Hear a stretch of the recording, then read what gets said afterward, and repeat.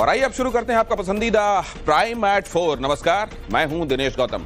आइए पहले देखें आज फोकस में कौन सी खबरें हैं। प्राइम एट 4 में आज आपको दिखाऊंगा दिल्ली कूच पर अड़े किसान, शंभू बॉर्डर पर कैसे मचा घमासान, यूपी से बिहार पहुंची नॉर्मलाइजेशन की आग, पटना में बीपीएससी ऑफिस के बाहर छात्रों पर लाठीचार्ज, ये भी आपके सामने रखूंगा। वाराणसी में मजार के खिलाफ सड़क पर स्टूडेंट, किसने छेड़ा सेंटिमेंट, ये भी रखेगा प्राइम एट 4 आपके सामने। और शादी के खाने में थूकबाज साहिल की करतूत कैमरे में कैसे हो गई कैद, ये पूरी खबर भी प्राइम एट 4 में आपके सामने होगी। लेकिन पहले ये बिहार पटना से आने वाली खबर। पटना में बीपीएससी अभ्यर्थियों का जबरदस्त हंगामा, अभ्यर्थियों पर पुलिस ने लाठीचार्ज किया। बीपीएससी अभ्यर्थियों को पुलिस ने खदेड़ा, परीक्षा में नॉर्मलाइजेशन का विरोध कर रहे थे छात्र। पटना में बीपीएससी दफ्तर के बाहर छात्रों ने 70वीं संयुक्त परीक्षा में नॉर्मलाइजेशन को लेकर जबरदस्त हंगामा किया।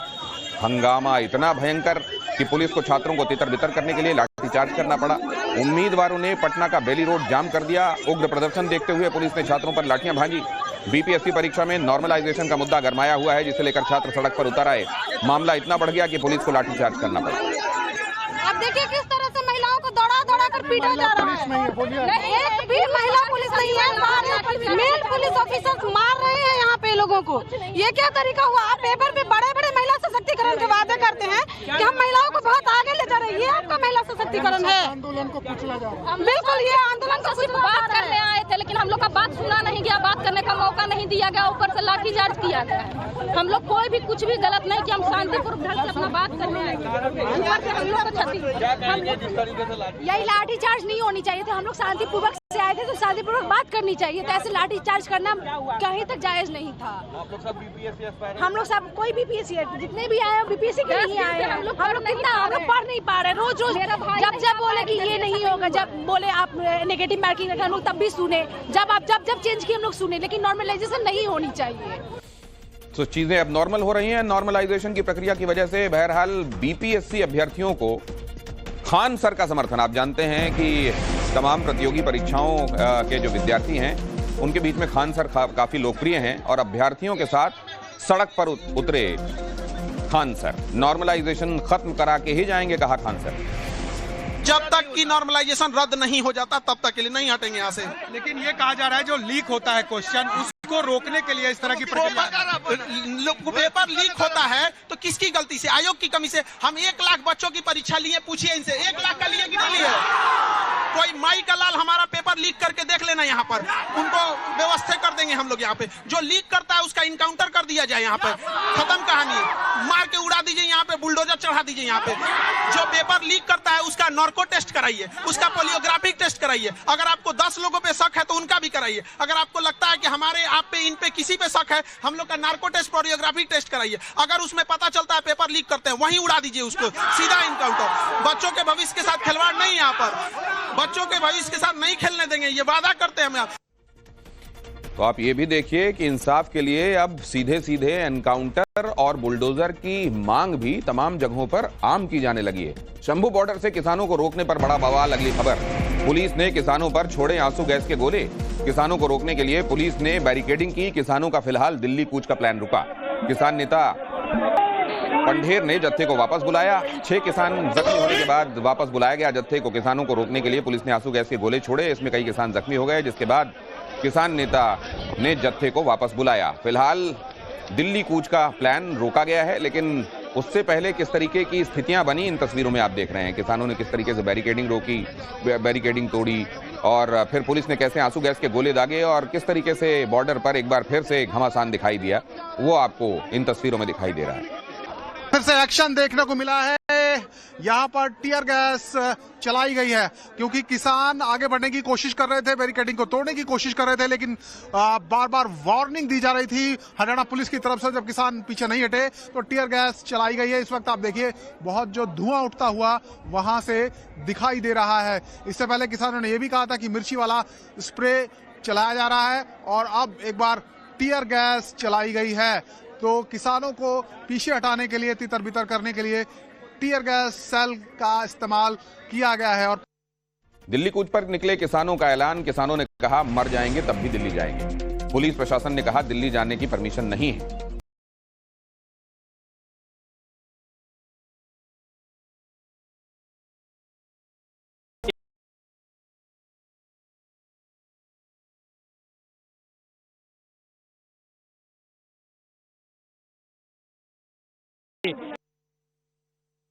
हम जाएंगे। नहीं जाएंगे हम जाएंगे जहाँ मरेंगे। हमारे को जब पुलिस में मार देना तो मार दे, ये भी हम जाएंगे। हमने निश्चय किया भी हम जाएंगे। ये मार दे, गोली लगा देना, गोली चला देना। देखो सुप्रीम कोर्ट का फैसला के आंदोलनकारी तो आ सकते हैं। ਅਸੀਂ ਤੁਰ ਕੇ ਜਾ ਰਹੇ ਹਾਂ, ਸਾਨੂੰ ਕੋਈ ਵੀ ਡਰ नहीं हैगा। परमिशन नहीं है इनके पास, परमिशन नहीं है। कहाँ की परमिशन नहीं है? दिल्ली की, दिल्ली में जाने की परमिशन नहीं है। हरियाणा की है ना दिल्ली की है। हरियाणा की है ना दिल्ली की है। हरियाणा में से निकलने के लिए भी परमिशन चाहिए आपके पास। हरियाणा के अंदर धारा 163 लगी हुई है। किसान आंदोलन पर सियासी महाभारत भी हो रही है। बीजेपी सांसद दिनेश शर्मा का बयान, किसान अशांति फैलाने वालों से दूर रहें। कांग्रेस के राजीव शुक्ला ने कहा सरकार जो कहती है वो करती नहीं है। समाजवादी पार्टी सांसद अवधेश प्रसाद ने कहा किसानों की मांग जायज। भारतीय जनता पार्टी के लिए किसान तो भगवान समान है, अन्नदाता है हमारा, और उसकी समस्याएं हमारी प्राथमिकता है। लेकिन उनसे यही अनुरोध है कि आम आदमी पार्टी की सरकार के द्वारा, कांग्रेस के द्वारा या ऐसी शक्तियों के द्वारा खास तौर से जो अशांति फैलाना और जो सरकार को बदनाम करने का कुचक्र फैलाने वाले लोग हैं, उनसे वो सावधान रहें। किसानों को कोई गारंटी नहीं दी जा रही, लीगल गारंटी नहीं दी जा रही। सरकार उस पर फिर से मुकर गई है। ये इसको लेके जो है सबने, उपराष्ट्रपति तक ने भी चिंता व्यक्त की है। तो इसलिए जो है ये सरकार जो कहती है वो करती नहीं है। किसानों की मांग बहुत जायज है, क्योंकि किसान इस देश की आत्मा है। हमारा देश किसानों का देश है। जब तक किसान खुशहाल नहीं होगा तब तक देश खुशहाल नहीं हो सकता। हमारे लायक प्रधानमंत्री जी विश्व गुरु बनने का दावा ठोकते हैं, लेकिन जब तक इस देश का किसान, जिसकी आबादी 80% है, जो अन्नदाता है, जब तक वो खुशहाल नहीं होगा तब तक देश खुशहाल नहीं हो सकता। किसानों की मांगों के संदर्भ में एक बार फिर से आपको ये बता दें कि हैं क्या। सभी फसलों की खरीद पर एमएसपी की गारंटी का अधिनियम बनाया जाए। किसानों और मजदूरों के लिए ऋण की पूर्ण माफी की जाए। लखीमपुर खीरी हत्या के मामले में इंसाफ हो और जो दोषी हैं उनके खिलाफ उचित कार्रवाई होती हुई नजर आए। देश भर में सभी आंदोलनों के दौरान किसानों पर जो मामले दर्ज हुए हैं, मुकदमे लिखे गए हैं, वो रद्द किए जाएं। पिछले आंदोलन के समझौते के मुताबिक घायलों को 10 लाख रुपए का मुआवजा दिया जाए और श्रमिकों के लिए न्यूनतम मजदूरी 26,000 रुपए प्रतिमाह की जाए। इसके अलावा कृषि क्षेत्र को प्रदूषण के कानून से बाहर रखा जाए। मांगों में ये भी शामिल है। ये हैं वो मांगे जिन्हें लेकर किसान दिल्ली कूच पर आमादा है। और आगे आपको बताएंगे यूपी के महाराजगंज में क्यों चले हैं डंडे। लेकिन पहले देखिए नोएडा में मकान मालिक की गुंडागर्दी। बाजार को सील करने की मांग को लेकर छात्रों ने यहां प्रदर्शन किया। कॉलेज कैंपस में नहीं होने देंगे नमाज, छात्रों ने कहा।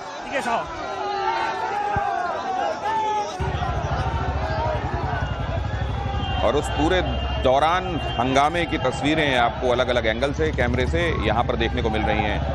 इन तमाम तस्वीरों में जो यहाँ UP college, Uday Pratap college में आप जानते हैं वक्फ बोर्ड को लेकर चली बात, जिसको वक्फ ने कहा कि हम अपना दावा छोड़ते हैं। असल में तो हमारा दावा यहाँ पर है नहीं, लेकिन उसके बावजूद नमाज खास तौर से जुमे के रोज कैसी होती है इसको लेकर निगाह बनी हुई थी। और यहाँ पर देखें आज ये हंगामा हुआ।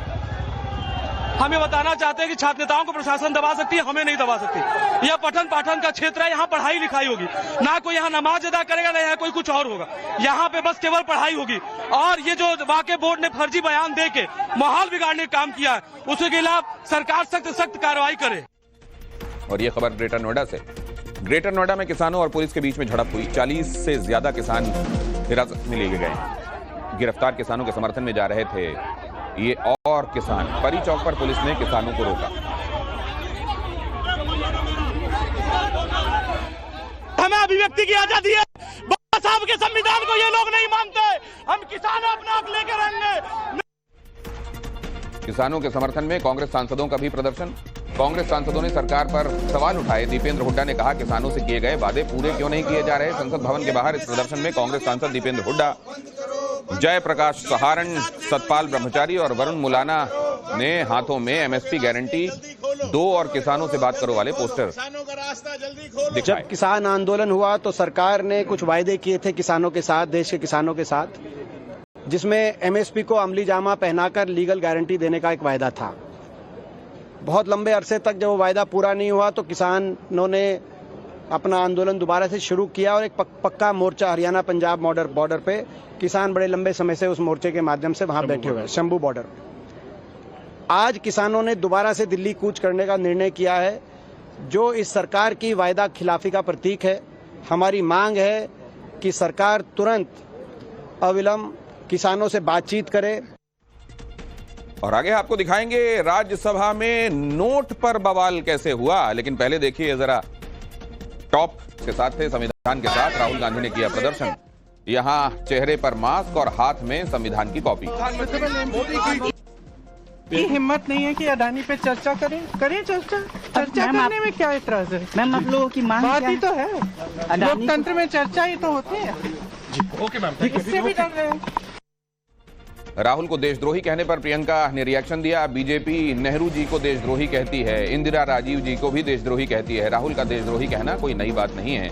प्रियंका ने कहा, मुझे मेरे भाई पर बहुत गर्व है। कल बीजेपी प्रवक्ता संबित पात्रा ने आरोप लगाया था कि लोकसभा में नेता प्रतिपक्ष राहुल गांधी भारत को अस्थिर करने का प्रयास कर रहे हैं और इसके साथ ही उन्होंने राहुल गांधी को देशद्रोही भी कहा था। जो लोग जवाहरलाल नेहरू जिन्होंने 13 साल आजादी की लड़ाई में जेल में काटे, उनको देशद्रोही कह सकते हैं। जो इंदिरा जी को देशद्रोही कह सकते हैं, जिन्होंने पाकिस्तान को के 2 टुकड़े किए, जो शहीद हुए इस देश के लिए, जो राजीव जी को देशद्रोही कह सकते हैं। तो अगर वो राहुल जी को ऐसा करें तो इसमें कोई नई बात तो है नहीं। और योगी के डीएनए वाले बयान पर भी सियासत चल रही है। हरियाणा के मंत्री अनिल विज ने इस पर बयान दिया है। विदेशी ताकतों का समर्थन करने वालों का डीएनए तो होना चाहिए। योगी का डीएनए देश देख चुका है, अब उनका डीएनए टेस्ट होना चाहिए जो विदेशी ताकतों के साथ मिले हुए हैं। योगी का तो डीएनए हुआ है, जांच कराने की जरूरत उनको है जो विदेशी ताकतों का समर्थन करते हैं, उनके मंसूबों को कामयाब करने के लिए आगे बढ़ते हैं। योगी का डीएनए तो सारे देश ने देखा हुआ। महाराष्ट्र सरकार के खिलाफ संजय राउत का बयान, अब भी महाराष्ट्र को पूरी सरकार नहीं मिली है, महायुति में आज भी सब कुछ ठीक नहीं है, संजय राउत ने कहा। कल शपथ ग्रहण कार्यक्रम हुआ, उसमें सिर्फ 3 लोगों ने शपथ लिया, यानी अभी भी महाराष्ट्र से के बड़े राज्यों को पूरी सरकार नहीं मिल रही है। उसका मतलब मैं ये निकालता हूँ, आज भी सब कुछ ठीक नहीं है। कल राज्य के जो उप मुख्यमंत्री है, जो शपथ लेने के लिए आखिरी समय पहुँचे, वहाँ बीजेपी ने तय कर लिया था अगर वो नई शपथ लेते तो उनके सिवाय शपथ ग्रहण सोहला आगे चलाइए। फिर उनको लगा कि नहीं, ये भी मेरा पद जाएगा, तो शपथ लेने पहुँचे। और कुछ तस्वीरें आपको दिखाता हूं केन्या की। हेती में पुलिस और गिरोह के बीच जमकर गोलीबारी हो रही, लेकिन उससे पहले जरा आ गया था ये व्यक्ति। तंदूरी रोटियां बनाने के दौरान पहले वो थूकता था और उसके बाद तंदूर में उनको लगाता था। इसका नाम है साहिल। रोटियों पर थूकने का ये वीडियो लोगों के बीच में सर्कुलेट हो गया। बताया जा रहा है कि शादी के फंक्शन में खाना बनाने के दौरान वो रोटियों पर थूकता था पहले। पकड़े जाने पर उसने अपना गुनाह माना भी है। हालांकि इसके बावजूद आरोपी कारीगर को पुलिस के हवाले नहीं किया गया, बल्कि उसे छोड़ दिया गया। जब घटना का यह वीडियो सर्कुलेट हुआ तो पुलिस ने आरोपी को गिरफ्तार किया। यूपी के कन्नौज से बड़ी खबर, आगरा लखनऊ एक्सप्रेसवे पर भीषण हादसा हुआ। डबल डेकर बस और टैंकर में जबरदस्त टक्कर हो गई। हादसे में 8 लोग मारे गए हैं, 19 जख्मी हैं। घायलों को अस्पताल में दाखिल कराया गया है। आगरा लखनऊ एक्सप्रेसवे पर शुक्रवार को कन्नौज जिले में ये सड़क हादसा हुआ। डबल डेकर बस और तेल टैंकर की आमने सामने टक्कर हो गई। इस हादसे में 8 लोगों की मौत हो गई, जबकि कई गंभीर रूप से घायल हैं। टक्कर इतनी भीषण थी कि बस और टैंकर में उसके फौरन बाद ही आग लग गई। आगे आपको दिखाएंगे टॉप 50 क्विक अपडेट्स, लेकिन उससे पहले देखिए एंटरटेनमेंट वर्ल्ड में आज क्या खास हुआ। जो मेरे